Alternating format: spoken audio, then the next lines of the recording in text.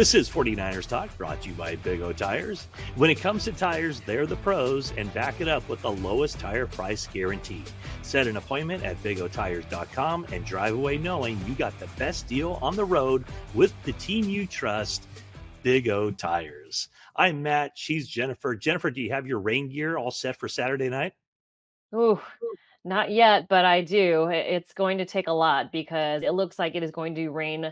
It has been raining in the Bay Area and it is going to continue raining all through the weekend. So no matter whether they played on Saturday or Sunday, it's going to be a rain game. And are you going to be wearing all black like the San Francisco 49ers in their rivalry uniforms? Actually, all of my rain gear is black or gray. So yes. You will be. Nice. Yeah, Yeah, I'll it match. looks like I kind of peeked out there at Levi Stadium on the field, and it looks like they have a different interior, like black bunting. So it's going to be, I know they're calling for a blackout. That would be fans wearing black, not that the lights go out like the old days at Candlestick Park. So should be a fun atmosphere, no doubt, with these two rivals. You know what? Doesn't it seem to you like there's just a healthy amount of respect in the NFC West among these teams? And it's not like, the hatred or, it doesn't seem like there's necessarily bad blood with the teams in this division, does it? No, it's been a while since it's been that kind of vibe. And I think there was that when Navarro Bowman tore Mhm. his ACL and he was down in the end zone and fans were throwing popcorn on him. I think that era was the last kind of time where it was like just this absolute hatred. Like, I don't think they would help each other up off the field. I don't think there was much pleasantries before or after the game. It was definitely a little bit more angry. I don't know whether, do you think Jim Harbaugh was part of that, or do you think it just was the players that were involved in the locker room? I think Jim Harbaugh had something to do with it. I think, well, Jim Harbaugh, Pete Carroll. I also Mhm. think that, both teams had kind of outspoken star power. Mhm. And so there was a lot of that. And I also think there's this kind of, cross pollination of Right. players too, where you can't find anybody in the 49ers locker room who has anything bad to say about Sam Darnold, based Right. on the 1 year he was here. And then also, Clay Kubiak, Clint Kubiak, they're the offensive coordinators of both teams. So, there's some knowledge and probably friendships within the coaching staffs too. But all that does is probably makes it for a more healthy rivalry, because these teams both want the same thing, and only one team is going to leave Levi Stadium Saturday night with what it wants. Yeah. I think also back in that day, it was Richard Sherman was one of the players who is a very outspoken leader, like you were talking about. And yeah, there is, it was fascinating that he actually switched sides and came to the 49ers. And I remember players saying, I didn't know whether I was going to like him or not. And now I love him because there was that, he took it to the absolute furthest degree that you could take of the rivalry and lived it, breathed it, slept it, played it. And that came through in everything he did. I think, the drumsticks on Thanksgiving night at right on the center of the 50-yard line, right on top of the logo, really had caused some intrinsic anger from the 49ers players. Yeah, I think it was Joe Staley who said it. I didn't think I liked him, but now Yeah.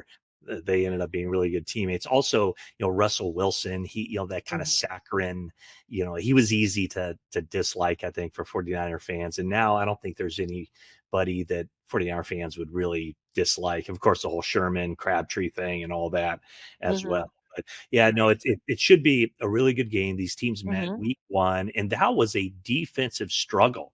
49ers won that game 17-13.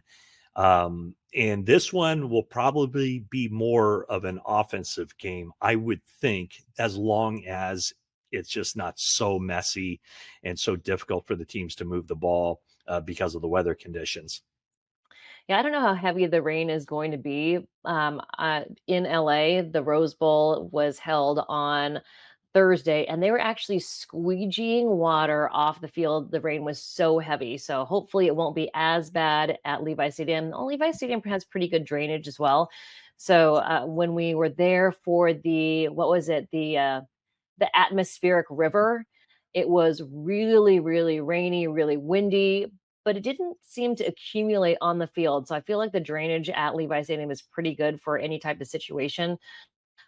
So I would expect them to be able to run the ball and not have it be like a Washington Commanders situation where they slip and slide all over the field. But Well, it could have. I was going to say, It if they win the game, they're probably could. going to be some celebrating of that nature. But it could affect how Kyle Shanahan draws it up, right? If it's really windy and really rainy, maybe, it's going to be much more difficult for Brock Purdy to push the ball down the field for those longer passes. Okay, so we got a good episode here of 49ers Talk. I shouldn't have said it that way because it makes it sound like all the other episodes of 49ers Talk aren't good. But Right, don't discriminate. yeah, how about a particularly good episode? We got John Lynch coming up for 49ers game plan, and we'll talk, kind of a state of the team and talk about the offense, the defense, and Robert Saleh, Fred Warner, and whatever else we're going to talk about. And then also Colton McKivitz, right tackle for the 49ers, who signed that big contract leading into the first game of the season, $15 million a year to solidify himself as the 49ers right tackle for the future. Unless, you know what, maybe I'll ask him about this. What do you think, Colton McKivitz, if and when Trent Williams ever retires or is no longer in the team, could Colton McKivitz move over to the left side? Maybe I'll ask him about that. See what he says. But let's. Do you want to hit the injury report, Jennifer? As the 49ers had to announce their official injury report on Thursday, heading into the Saturday game. Right. I mean, it is good news, really, because no players have been ruled out. No player is ruled doubtful. Everybody that's on the injury list, the game status list, is only questionable. That's Trent Williams with the hamstring, Keon White with the groin, George Kittle with the ankle, Upton Stout coming back from the concussion, and Ricky Pearsall with the knee and ankle injury. So I think when you look at those players, George said absolutely he's going to play. It depends if Upton Stout just clears the concussion protocol. And Ricky Pearsall was questionable last week and he played. So the big question is Trent Williams and Keon White. Yeah, I would agree. And I would say Trent Williams still remains very iffy. In the locker room on Thursday, he said, we'll see. So it didn't sound super optimistic. He could definitely benefit from a couple of weeks rest. Keon White was on the practice field, so that will probably be, like a kind of a game time decision as far as how he's feeling Friday, how he's feeling Saturday when he wakes up. Like you said, Kittle told you that he's ready to play. Let's take him at his word. He's going to play. Ricky Pearsall will play. And then Upton Stout, good news on him is that I saw him. He was on the practice field and he wasn't wearing the blue no contact jersey. I take that to mean that he's cleared through and that he's, he's been symptom free. And I asked Shanahan about this and he just said, well, he hasn't cleared all the way through. So I think as long as he's symptom free heading into Saturday, he'll be good to go. So 49ers, other than Trent Williams, with Austin Pleasance, more than likely, he would be the guy who would get the call, but I'm skeptical. My guess is, and it's only a guess, that Trent Williams doesn't play on Saturday night. And it's easier for Keon White to come in and play because it's a rotational thing. He doesn't have to be out there every single defensive snap. So if Keon White is up for the game, he can go out. If he doesn't feel great, he can come back. He can go out. Someone else can go in. It does take a spot, but it's still not every single defensive down. So I think where, in comparing those two, Trent Williams, who would have to be out there for every snap I just don't think it's as likely. But good news, Kyle Juszczyk, who was on the injury report, and Christian McCaffrey, he was on the injury report this week. Both of them have no injury designation, so they will play on a Saturday. All right, there it goes. We just set you up for Saturday night's game, 5:00 start at Levi's Stadium, 49ers and the Seahawks, to determine not only the NFC West title, not only the number 1 seed, but a first round bye and home field advantage. That's a lot. So a It lot is a riding. lot. That It's a lot. is, yes. Huge advantage for the first round bye, especially when you think about Trent Williams getting healthier, everybody getting healthier, getting a little bit more rest, but especially Trent Williams, since he probably will miss Saturday's game. Those extra 2 weeks will definitely help him.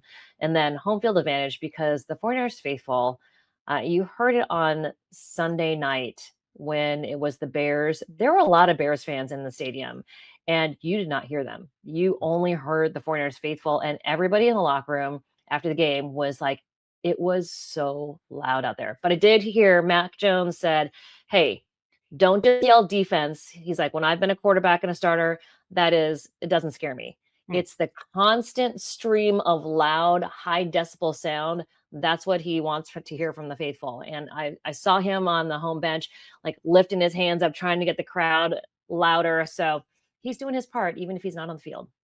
All right. Well, I'm sure John Lynch has plenty to say about the importance of this game and what it would mean for the 49ers to get the number 1 seed. So let's check in with John Lynch right now on 49ers game plan. All right, John, here we go. Week 18 of the season. And it was just 17 weeks ago where it seemed like forever ago, but the 49ers and Seahawks, you had that really great game week 1. Just reflecting on where this season has gone and the journey, what comes to mind? There's been a lot of twists and turns, but it's been a really fun year. We've got a team there was a lot of turnover. There always is in this league. There was a lot of turnover, a lot of youth that we kind of infused into this team. And we had this idea that you could mix the youth and then with our core that we could have a great outcome. And then I think the outlier was that you throw in a lot of injuries to some of our best players.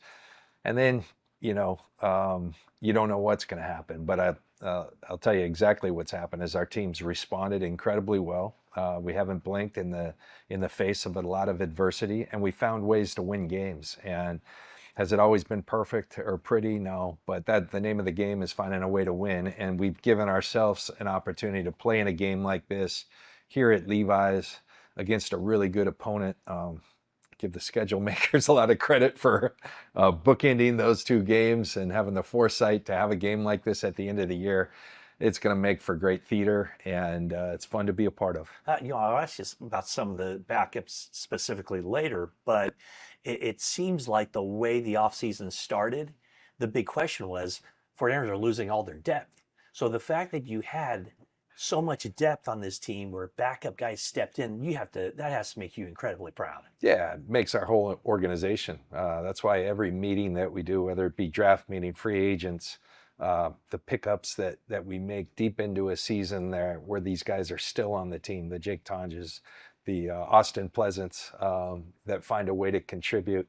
That's big time. And our entire organization deserves some kudos. And now we've got the opportunity, and nobody cares who's been injured. Nobody cares who's playing this week. It's a great opportunity to really set ourselves up for success in the playoffs. But regardless, we're going to give it everything, empty the tank, as we talk about. We're going to go empty the tank. I'm sure Seattle will too, and should be a great game. Okay, a lot at stake at this game, the NFC West title. Number 1 seed, home field advantage. So can you quantify the importance of this game Saturday night in those terms? Well, what the number 1 seed gives you is the opportunity of 2 things. You get your bye week, so you're 1 step closer to the ultimate goal. You have to play 1 less game, and then to do it in front of our fans here at Levi's, to have that opportunity, that's awesome. And we feel like we really have a home field advantage here. Our fans make it such. And, the idea of not traveling and all that. But if we have to go a different way, we'll do that too. And so we just, at this point, we're in the playoffs. So that's a tremendous accomplishment. But we've got bigger sights and bigger aspirations. And we can go a long way towards helping ourselves with that. If we don't get it, like I said, we'll saddle up and we'll go wherever we need to go. And we'll go find a way to win. How do you feel about the defense right now? They was far from perfect Sunday night against the Bears, but then when you needed to keep them out of the end zone, those last 2 drives, the defense stepped up. So just what your overall mindset or your thoughts about where that defense is right now? Yeah, I was proud of them the way they kept playing. And, you know, the interesting thing, I don't think anyone saw the shootout that it would become. But Kyle, in our Wednesday meeting, you know, he talked about the Bears have won 6 games where they've trailed with less than 2 minutes. It's never been done in the history of our league that many times. This is likely going to be a game that's going to come right down to the wire, and boy, did it. I mean, it came down to the very last play, and you got to keep playing, and you got to defend every blade of grass. We've done that a number of times this year in big wins. I think of the Rams game. Think of another game where Upton punched it out right at the goal line. You got to defend every blade of grass, and we did that right to the end, and was proud of them for stepping up. Defense coordinator Robert Saleh this year has talked a lot about playing football, not fitball. Yeah. He says that sometimes you just know what the play is going to be as a defensive player, and sometimes you just have to go make the play. So how have you seen him empower that young defense to step up and make plays? Yeah, Robert gives our players great confidence. He coaches very sound. We're always going to have an answer, you know, and a mindset as to why we're doing things. He does a great job of explaining that to our guys so that they can play fast. We've had a lot of moving parts due to injuries, due to youth and all of that, due to just normal attrition, some lineup changes and stuff. And like, it hasn't always been pretty. It hasn't been dominant. You know, prior to last week, I believe we came into that game second best in the league in terms of allowing explosives. I think that was the big issue with this last week's game against the Bears. We gave up a lot of explosives. It's hard to win when you do that. Fortunately, our offense did the same.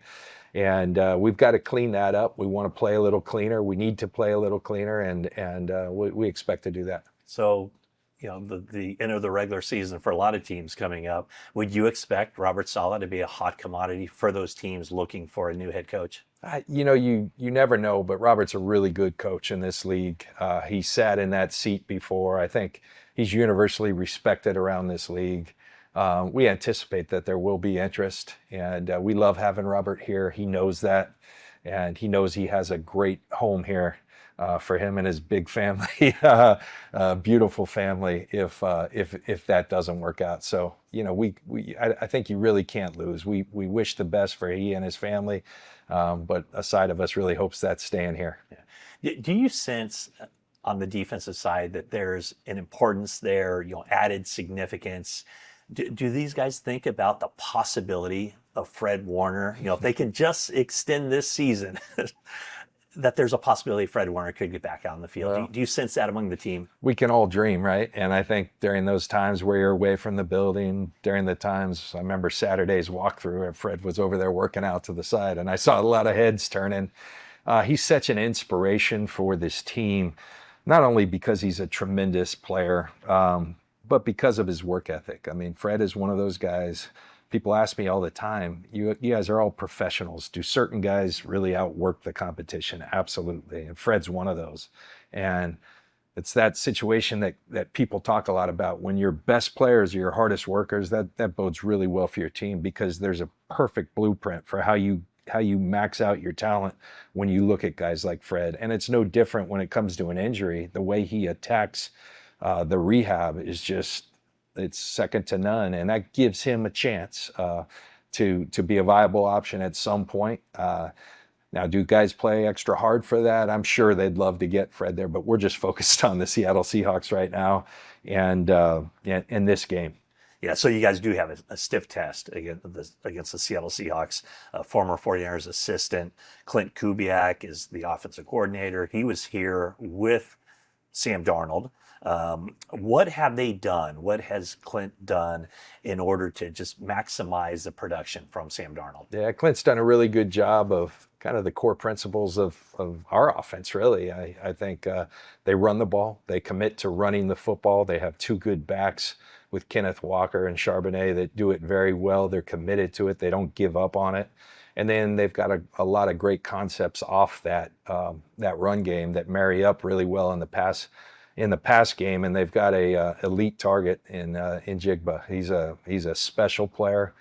I think Kyle said he's led them in 16 to 17 games this year in terms of receiving.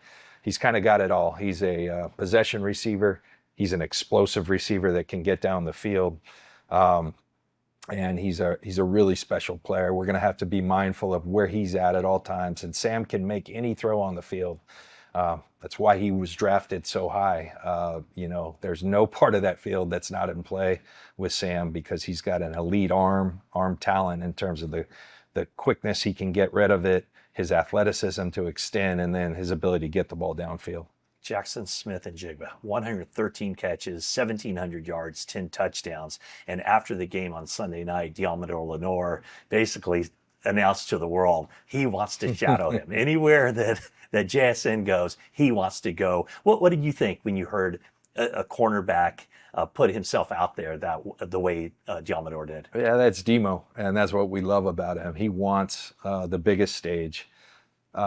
Implicit in that remark, I think, is a respect for Njigba. It's not saying, hey, this is a guy I'm going to put to shame. It's like, I know I'm going up against a really good player. We're going up, and I want to help my team in any way possible. And so you love that from your players. So you guys might have the hottest offense in the NFL. So what are the elements that have come together for Brock Purdy and Christian McCaffrey and Juwan Jennings and that entire offense to be clicking at this point? Yeah, we've been pretty good all year. I'd say that. I would say our run game has clicked. I think we're starting to really run the ball efficiently. We're starting to get some explosives in the run game. And then we got a lot of weapons in the pass game, and we have a tremendous system that's gonna try to expose every part of the field. I think Brock is playing with great decisiveness. We talked about that last week, the conviction with which he's playing. You saw it even on the first play of the game. That was the right read. Jalen Johnson made a tremendous play. The ball went in the air, and we gave up a pick six, but undeterred, he just kept going and running our offense. And we saw Brock continue to function at a really high level. As his health has come back to him, you're seeing the ability to move around. We saw that on the touchdown to Juice, where you felt like maybe he had juice right away. He chose to wait, and I think I wrote in my notes an unreal play. I'm not sure it needed to be unreal, but it sure was. And that's what Brock gives you, that element. We saw it in the first game of the year with Tonjes going up and making a tremendous play. But again, Brock extending. This is a really good defensive front, a great defense. They do everything well, and so we've got a huge challenge. You just mentioned there in your notes. So what do you do? Is that during the game you're taking notes, or going back and watching the film, and how do you use those notes? Yeah, I do it during the game, because I think, live, there's a lot that you see, and so it can always help. And, also do it for after the game to be able to recount to Kyle, as he goes and talks to you guys, because it oftentimes is a blur to a coach who just finished a game. So, I'm always taking notes up there. We all are. And for me, it also gives me something to do during the game other than twiddle my thumbs.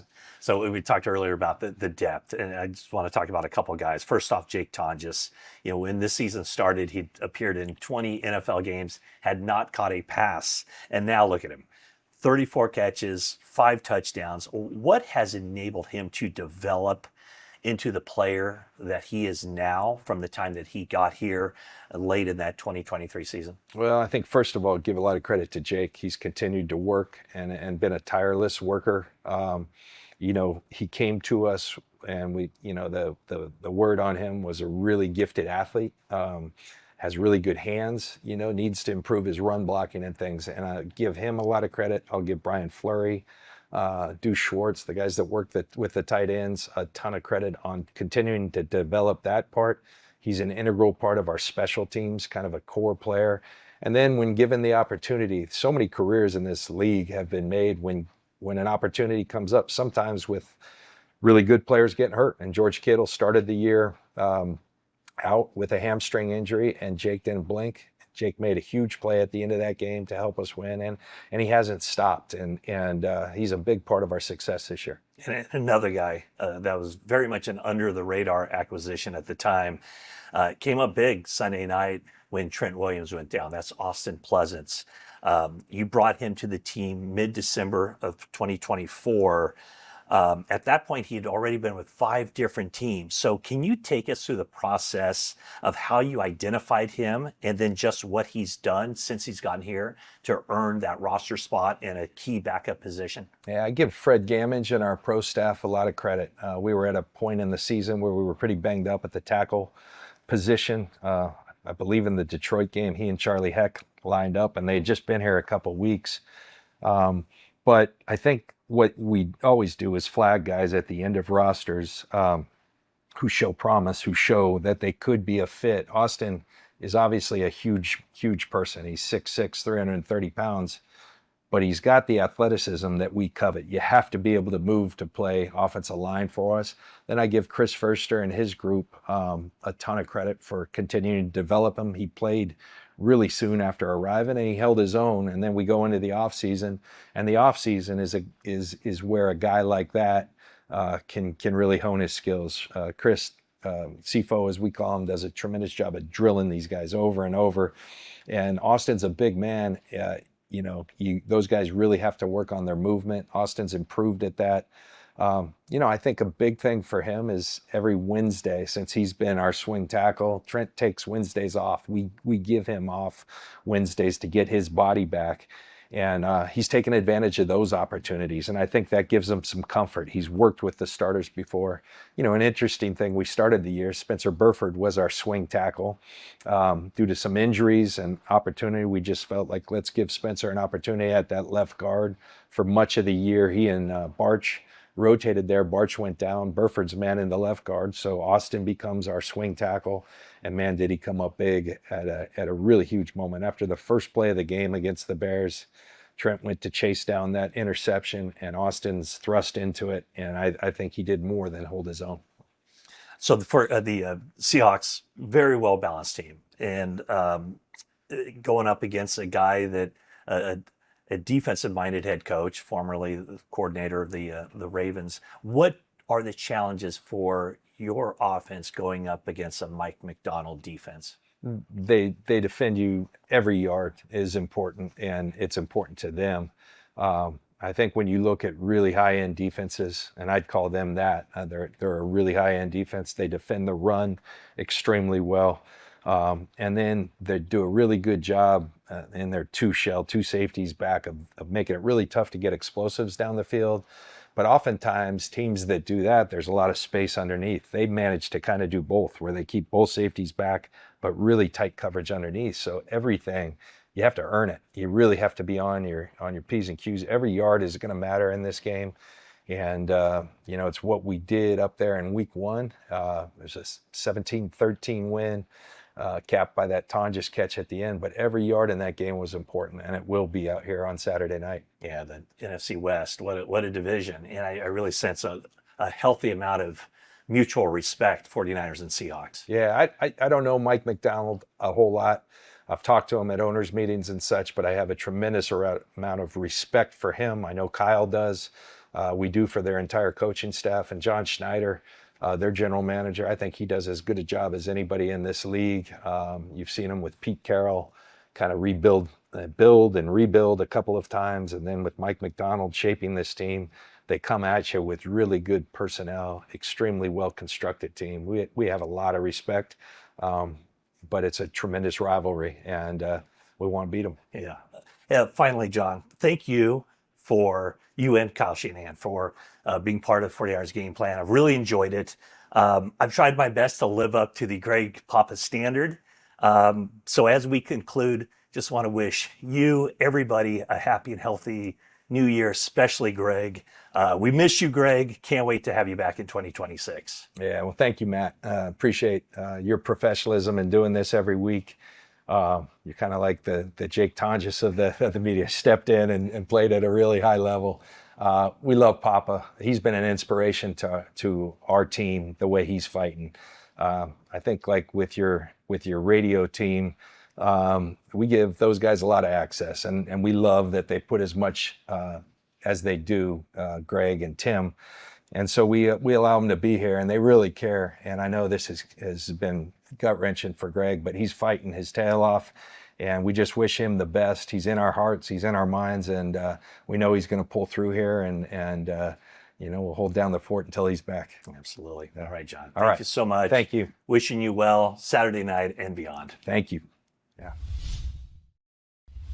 We're back on 49ers Talk, brought to you by Toyota, class-leading MPG and more hybrid models than any other brand. Toyota, let's go places. So, Jennifer, when I think about what home field advantage means, I think there's one position above all the others that kind of stands out because of how difficult it is, or maybe the disparity, playing offensive line in your home stadium as opposed to playing offensive line and trying to hear the snap count or going silent or whatever the advantages that swing toward the defensive line. I just think that for offensive linemen, it means more than anything to be able to play important games at home, just because of the ease with which you can communicate in your home stadium and just not give the defensive guys an advantage over you. Absolutely. I mean, all things are, if all things are equal, that is the great kind of equalizer or thing that tips the scale is the home crowd noise. And the 49ers faithful, they take that on the road sometimes. I mean, we've seen it happen in Los Angeles at the Rams where the home team has to go on a silent count. So it does make a big difference. And when you look at how important the performance of the offense is, especially at how it was versus the Bears in week 17, once the offense is clicking, I think it's so important there, because then maybe if the defense doesn't, who is just very young, isn't able to get a stop, the offense can go back out there and put points on the board. So as long as they can communicate, and that has to do with Jake Brendel. I know that John Lynch talked about how he can be very maligned in some crowds, but he's, inside the building, they all love Jake Brendel. But for him to be able to communicate with Brock and the rest of the offensive linemen makes a huge difference. And I've spoken to Trent Williams previously, and he said, having Spencer Burford next to him, Connor Colby did an exceptional job as a rookie, but to have Spencer Burford in there, he can just tap him on the shoulder and say alert, and he knows exactly what Trent Williams is communicating to him. So for him to be able to hear that as well is definitely something that the offensive line needs, especially in a playoff game. Yeah. And, one of the guys who's really had a good season this year is Colton McKivitz, the 49ers right tackle. And, he's, there's a reason the 49ers identified him and signed him to a 3-year, $45 million contract extension right as the season was beginning, because, they did not draft an offensive lineman until the 7th round, until Connor Colby. They didn't go out and sign somebody to start. But once you get players that you feel fit your system and are getting better, as Colton McKivitz has gotten better every season, you'll pay to hang on to those guys. And that's what the 49ers did with Colton McKivitz. So before we toss it to my interview with Colton McKivitz, Jennifer, any last words before the 49ers and Seahawks take the field on Saturday night? Just one housekeeping note. I know we didn't mention it before, but Nick Martin was placed on IR. He suffered a concussion a few weeks ago, and it sounds like he wasn't able to come out of it. So taking a little extra time. Those head injuries are very serious. So good to see that Upton Stout is coming out of the protocol, and hopefully will play on Saturday, and it's not as serious as the one that Nick Martin is dealing with. All right, we're getting close to kickoff, and it should be a really interesting game. You never know how it's going to turn out as far as the excitement and everything else, but there's definitely a lot at stake. And Jennifer, just seems kind of wild that these teams met week 1 and now they meet week 18 and everything is on the line. It seems like yesterday, but it also seems like forever ago. I cannot believe that it was week 1 and now week 18. I can't believe we're at the end of the regular season already, but also it seems like it's been a really long season. It's fascinating to me, this entire 49er season, because of the adversity that they've faced and how resilient they've been, and how the young guys that they drafted have been making an impact. Alfred Collins, CJ West, Upton Stout, how they're playing some pretty big roles on the defense, and how this offense has been rolling. And looking at Brock Purdy in his 4th year, and I know it's kind of a funny thing to talk about, but the fact that he is doing a little dance after he scores touchdowns is kind of a new side to Brock Purdy. And it's a little bit of fun. And I think it really bonds him to his wide receivers in Kendrick Bourne and Ricky Pearsall and Demarcus Robinson, who are always on the field dancing. So I think it's another side of Brock that is not that he was not confident before, but it's also a little confidence, a little bit higher confidence, and also bonding with his receivers, which I think is really important. And I think the energy that he's been bringing really feeds the entire team, but especially the offense. Yeah, it's definitely been a fun season for everybody involved. I know personally, I've had a heck of a lot of fun again covering this team with you, Jennifer. So it's certainly not the end. It's for a lot of people, and see how the 49ers go into the postseason. In a lot of ways, it's kind of the beginning to see where the season goes from here, because quite clearly, even though the calendar is flipped to 2026, still consider this the 2025 season, the story of the 2025 49ers has yet to be completed, and it will be completed based on what happens Saturday night, and then, of course, what happens into the postseason. So let's conclude this 49ers talk with my interview with Colton McKivitz. All right, Colton, I remember the first week of training camp, you and I talked out there on the field, and you told me that one of your mottos for the season, maybe your biggest motto for the season, was fight. Fight through it, persevere, fight for something. Did you maintain that, and how did that help you? Yeah, I've definitely maintained it. I probably even exceeded it for me personally. But obviously the Pro Bowl was that's kind of my North Star for this season, was, to be the best version of myself. And then every week, in and out, whether it was, extra reps before practice, after practice, during lifts, whatever it was, just trying to be the best version of myself and doing extra, because those extra reps obviously helped me, but definitely, found out I can be great. So that was one of the cool things. A couple weeks ago, had that, version of myself come out. And, the past couple weeks, I think I've been playing my best ball of my career so far, and I've been consistent with it. So definitely have exceeded the fight version of what I wanted myself to look like this year. And, it couldn't be asking for a better time of the year to be doing it too. Yeah, you did mention that your goal, I don't know if you might have even guaranteed Pro Bowl. Yeah. Obviously, that didn't happen, but a lot of that is out of your hands too. Sure is. So how do you feel about just, got one game left in the regular season, about how this game went, or this season went for you up through these first 16? Yeah, if I only had to play 6 games to get in, maybe I'd make a Pro Bowl, but no, I mean, that's what it is. Me and Trent even talked about it, like, now that you're putting on tape what a Pro Bowler looks like, usually the next year you get it.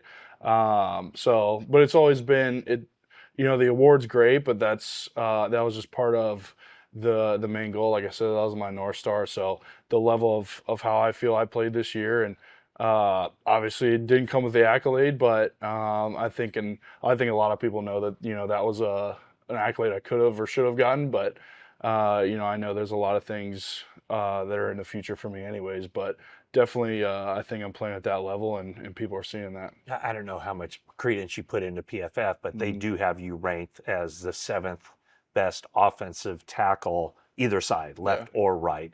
Do you think that kind of stands out, or stacks up to what kind of season you had? Oh yeah, for sure. I mean, PFF is what it is, but it's a metric that people use to kind of back up, how people play and what they use. So, 7th, second right, whatever it is, it just shows that people are acknowledging that, what I put on tape is exactly what I said I was going to do. And it feels pretty good to not be a hypocrite. So, if I'm playing well and the team's doing well, it's great for me and obviously the team. And, thank goodness they rewarded me, this year as well from where I came from. So they showed faith in me before they even saw this product of version of player. So that was fantastic from them, and obviously, it's good for me too. Yeah, going back 17 weeks, the 49ers did reward you with Yeah. that contract extension, right, agreed upon right before the start of the season, and then announced after. So what was that time like? From the contract to going up there to Seattle, to facing, playing a really competitive, low-scoring game. Mm-hmm. What was that week like for you? Yeah, the 2 weeks leading up to it were a little hectic, and then I think it was the 11th hour, the night before the game, is when we finally decided that it was go time to sign the contract, and it kind of a huge relief for us. I mean, that's what you work for. It's you put your body on the line so many years, and you never know what's going to happen. So burning the hand is pretty good when you get the guaranteed money, and obviously they reward you, they believe in you, and for me that was all I needed. And obviously you saw the play in week 1, and then we fight that out in Seattle, a great team win. Obviously we lose Brock, but Matt came in and stepped up huge for us, and it feels good to have security and all that, but it kind of lets you play free, and that's what it did in week 1. That the journey that you've been on in the NFL, from playing a lot your rookie year to rarely playing your second year, how much did all of that, having to fight for it early in your career, how much did that build you to become the player you are now? Yeah, I kind of got rid of my own dream. I lost it. I came into the league, didn't really know my place, what I thought I needed to do, and how hard I worked. You could say it was hard, but wasn't really as much as I could be doing. And then you get cut, and you go through that, and then now you figure out that every day you have to show up to work and perform and be the best, and then show that you're getting better. And a lot of it was mental last year, and you saw kind of an uptick in play, and there was some positive direction that I've gone. I think I've gotten better every year. So, and then added in the physical stuff with Tarek this year, and just really took it to the next level, put on some, 8 pounds of muscle, and then really, took the game to another level mentally and physically. And obviously that's been helping me. It just seems like the margin is so thin between, being out of the league or being a really quality starter in the NFL. Is that something you can kind of relate to? Can you speak toward just how thin of a margin that is when you get to this level? Yeah, it is. And then you don't know if that opportunity was your last one. That's what I found out is, that opportunity can be, taken away from you pretty quick, and it can be your fault or just situation, a numbers thing or play or just whatever it is. But you never know what that opportunity is. And if it passes you and you don't take the chance, it could be your last one. So you see it all around the league, guys who, think are going to be a productive player. They end up, being a bust or whatever. And then when you do get that opportunity, you see guys, like myself and then Austin last week come in and play really well. So, you just never know when that opportunity is coming, but you got to be ready for it. Yeah, you mentioned Austin Pleasance, and you were actually the first guy I thought of when you see him go into the lineup there. Now, your paths are a little bit different. He was with 5 different teams before coming here. You've only been with the 49ers, but talk about the experience you had in 2021 when Trent was unable to play in the final game of the season that would determine whether you guys made it to the playoffs or not. What was that experience like? And then have you been able to talk to Austin about that? Yeah, it was a super proud moment, super happy moment for me to see that, to kind of see 21 version of me go through it. Obviously being cut that year, mad for the first couple weeks, and then Mike goes down with a quad, Compton goes to right, and I get the bump up, and then week 17 they need me to play to get in the playoffs. And that was I think that was a Saturday decision to even have me start at left tackle, and just the emotions that go through it, the nerves. This could be, if you play well, you lose that game. Could be a completely different career path for me if we end up losing that. But for me, it changed my career. It changed how the front office, how, Coach Shanahan looked at me, how Furr looked at me, just because we won. And obviously you have that game yesterday for Austin, a guy who's bounced around and been on a couple teams, I got to play last year a little bit at the end, so put on some tape, and then had a fantastic camp, and you saw the evolution of his play and who he was as a person, and his mentality changed from last year to this year. And then to get the opportunity like that again in week 17 and come in and play really well, it's just awesome, and super, super happy for him, because I know, when you go through that hard stuff and then you get an op and you take advantage of it, it changes your career, and I'm just so happy for the guy. Yeah, he's been around for a little bit more than a year. Does he know your story? Have you told him your story? That's what I told him. I was like, after the game, kind of went up to him, gave him a hug, and I was like, dude, that game changes your career, just because I've been through it and it changed mine. So to be able to share that, during the game, we kind of looked at each other and gave a head nod. When you're in that zone and you don't want to say anything to kind of make him nervous or knock him off, but you could tell by the look in his eyes that he was ready for his moment. And it's awesome stuff. Similarities between you and him? Yeah, very much so. I mean, we're both Ohio guys, southeastern Ohio. Did you come out of the same draft class too? Yeah, we did. Did you know him? No, not before. He was in Jacksonville with Ben, with Barch, and then he played at Ohio. I was West Virginia, but we had never crossed paths. And then obviously, kind of the similar build, a little bigger, but it's Ohio guys. We know how to fight and play football. I want to ask you about some of your teammates. Let's start off with Trent Williams. Yeah. I mean, he's just 37. He's a physical marvel. John Lynch was just saying he got up to 17.5 miles an hour as he was chasing on the pick six. What can any offensive lineman who, physically, you're not Trent Williams, not you specifically, but any offensive lineman, what can you take from watching him and being a teammate of his? Obviously the physical stuff, good luck. His talent, it's, generational, obviously, and you see what he does at 37. But a lot of it's the mental side that you can take from Trent. And what he gives to us is, how he approaches his angles and pass protection, kind of angles in the run game. A lot of his game off of, just experiences, what he sees on the field, blitzes and footwork, and kind of tells in his pass reports on Saturday night when we're talking about rushers.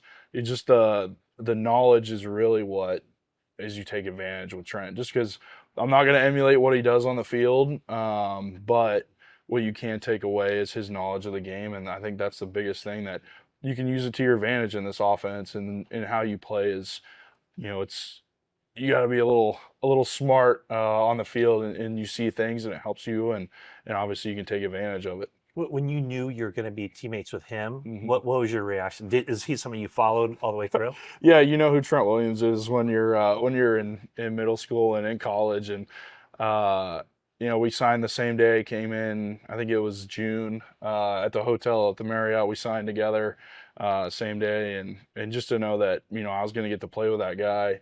And obviously then I didn't know how to take advantage of it, and I didn't know where I was in the pecking order and how it would go. But now being a starter, 3 years in a row, and kind of building that relationship and building it, and he sees that I take value in what he has to say, and I respect it. Obviously, it's definitely our relationship is built into a pretty good friendship. So it's been great for me, and just a wealth of knowledge. I'm definitely not pushing him out the door, but could you see a time, you're signed through 2028, could you see a time where you switch sides and go to left tackle? I don't know if I'll switch.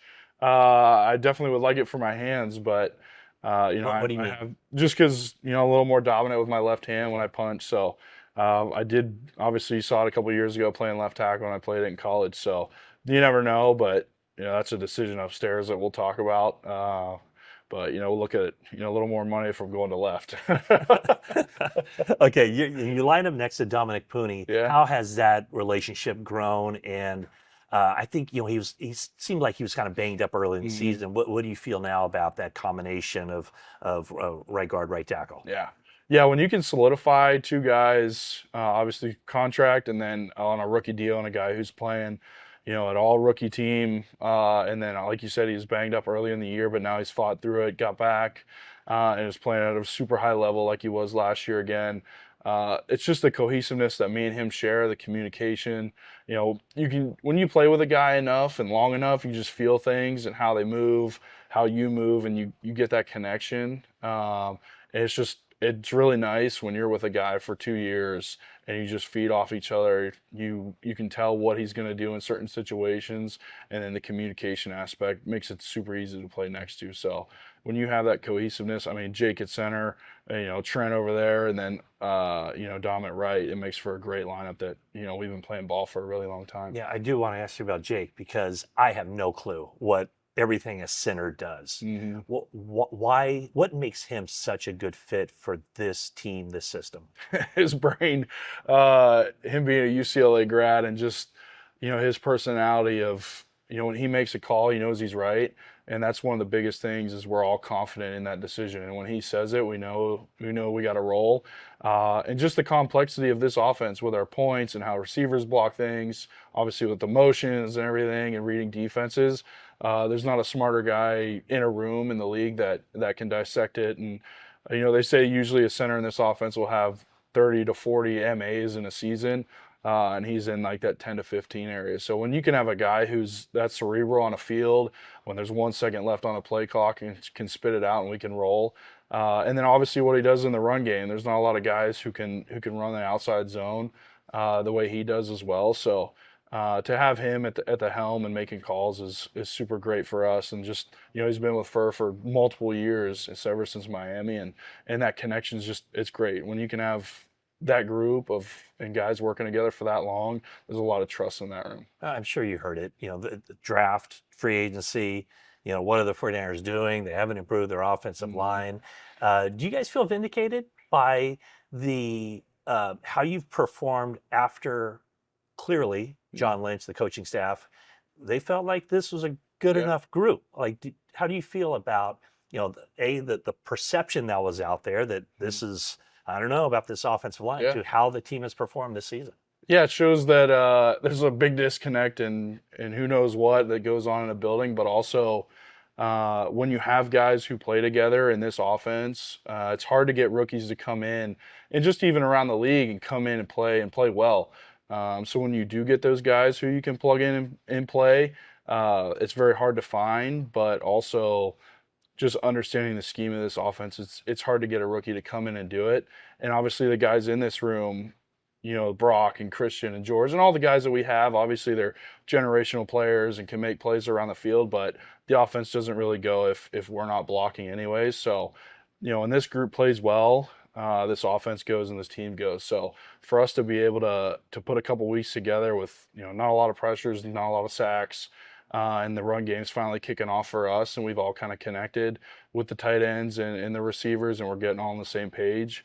It really shines for us. And they say when no one's talking about the O-line, it's a good thing, but also it's nice to get flowers when you are putting up 200 rushing yards and 150 in Indy. So obviously the offense isn't going to go without us, but we know that, and we believe in the guys we got in the room. It seems like it's a pretty tight knit group. I mean, yeah. Brock spends a lot of time with the offensive line. Mm-hmm. Christian McCaffrey. What's it like just being teammates of those guys and knowing that the ball is in their hands? Yeah, it's a great confidence boost for us, because we know Brock can get out of a sticky situation if we don't come through on protection, and then when you give Christian the ball, whether it's a pass or a run, explosive things happen. And I mean, any of our guys, KB, D-Rob, obviously George, when even Tonja's now, it's just guys stepping up, and it makes it a little more fun to block for guys when you see them break a tackle or break a 40-yard run.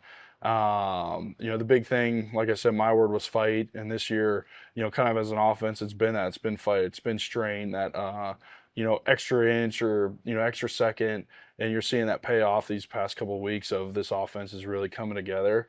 And when you have guys who can make plays and have fun on the field together, and we just have the ultimate confidence in each other, it makes it a lot of fun to play in the NFL. So #1 seed on the line Saturday night here at Levi's Stadium. From an offensive line standpoint, how huge would that be to not have to leave Levi's Stadium for a game the rest of the season? Noise. Noise and communication. When we don't have to go silent count, the advantage is all on us. When we get to use cadence, we don't have to worry about crowd noise, communicating. Obviously, you're going to do that, but when you're in a Philly, in a LA, in a Seattle, just wherever, an away game, it makes it that much harder. So when you can get a home game and you're on cadence and you can use that to your advantage, that's huge for the offensive line. And we know that the game is won in the trenches, and that's what everyone looks on. And when it comes playoff time and in the regular season as well, as who's going to control that line of scrimmage. So when we get to be at home in front of the faithful and use our cadence, it's a huge advantage. And we get it done on Saturday. That's another week to get Trent a little healthier, and then obviously the group to rest up. And they say if you make the 1 seed, you're 50% or more to get to that bowl. So hopefully we got 4 home games coming up. Is it more important, you think, for the offensive line as a position group than any other position group on the team to be playing at home? I think quarterback as well. Other positions, the noise can be hectic when it comes to communicating with tight ends, but yeah, the communication factor when it's loud is hard, just because you have all the noise, there's no cadence, it's on silent, and the advantage is to the D line when you're getting off at the same time, or they're even a little farther ahead, just because you got to see the ball and then get out. So definitely an advantage for us. How much from week 1 is applicable? Facing Seattle up there, how much of that is applicable to what happens on Saturday night?